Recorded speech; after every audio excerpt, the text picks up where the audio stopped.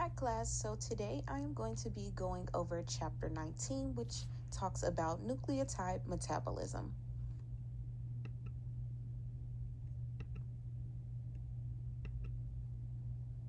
So nucleotide metabolism is a process that helps degrade and synthesize nucleotides, and this is an essential piece for energy storage, RNA, and DNA. In section 19.1 talks about the outline of pathways. There are numerous biological processes, but the main ones are de novo and salvage pathways. De novo biosynthesis pathways help to construct nucleotides from simpler substrates, while salvage pathways or salvage routes help recycle preformed bases or nucleosides into nucleotides. Regulation is crucial for these pathways because nucleotide supply is crucial, specifically for rapidly dividing cells during DNA replication, for example.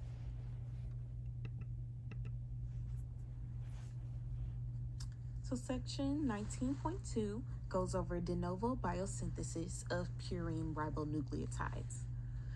The de novo purine pathway begins with phosphororibosyl pyrophosphate, which is produced from rhinose 5-phosphate and is the first step in this process. This route creates the purine ring on the ribose through around 10 enzymatic steps, yielding the first purine nucleotide, inosine monophosphate, or abbreviated as IMP.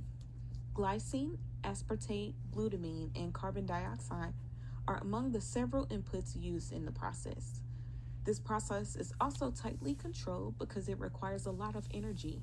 This picture here shows the process of biosynthesis of the purine ring. Section 19.3 goes over purine catabolism and its medical significance. Purine catabolism is where purine nucleotides are degraded ultimately into uric acid in humans. Uric acid builds up and can crystallize in joints and kidneys, and this is also known as gout. This is so because humans can't break down the purine rings. Gout results from purine metabolism disorders like excessive purine synthesis and severe illnesses caused by the deficits of salvage enzymes in the salvage pathways.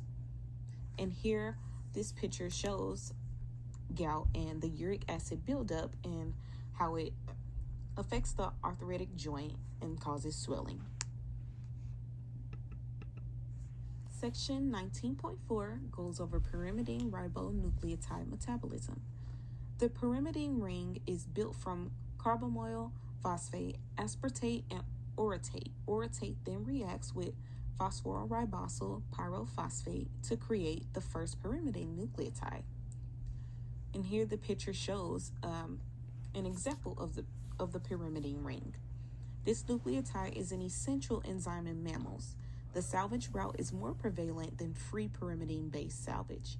This is less common than purine salvage. This nucleotide is also important for gene expression, DNA, and RNA. When pyrimidine nucleotides break down, substances like beta-alanine are produced and they can enter other metabolic processes. Section 19.5 goes over deoxyribonucleotide metabolism. DNA replication and repair depend on deoxyribonucleotides. These are created when the enzyme ribonucleotides reductase reduces ribonucleotides. Following reduction, DNTPs are produced by further phosphorylation and used by DNA polymerase. Regulation is essential because stand breaks or mutations may result in DNTP imbalances. In a clinical stance, many antiviral or anti-cancer medications target the metabolism of deoxyribonucleotides. Section 19.6 goes over virus-detected alterations of nucleotide metabolism. Viruses frequently alter and take over host cells and nucleotide biosynthesis pathways due to relying on host nucleotide metabolism to copy their genomes.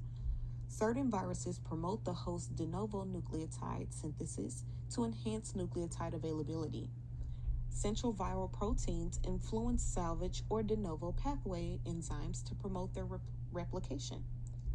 These changes help identify antiviral targets, specifically by limiting virus-induced nucleoside supply.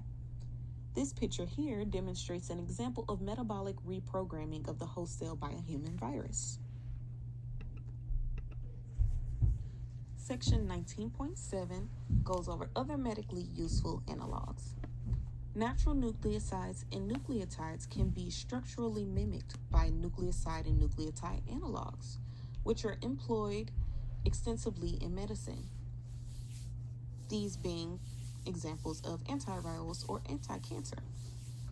And these things disrupt nucleotide metabolism, and that consists of the synthesis, incorporation, and repair. Mechanisms and examples include nucleoside analogs against HIV, HPV, HCV, and herpes viruses.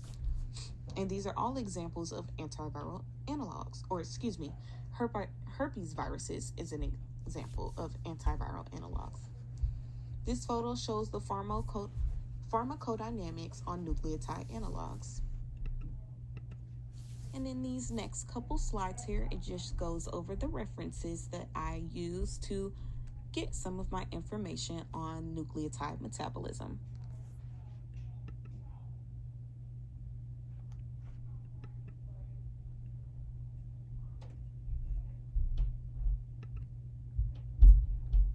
And before I end things off, I would like to provide my 2 questions for you guys. First question, I would like you to identify 2 of the inputs that are used in the de novo biosynthesis pathway. And then second question, I want you to interpret why it is important for viruses to take over host cells when pertaining to nucleotide metabolism. Thank you guys for tuning into my presentation. Have a good day.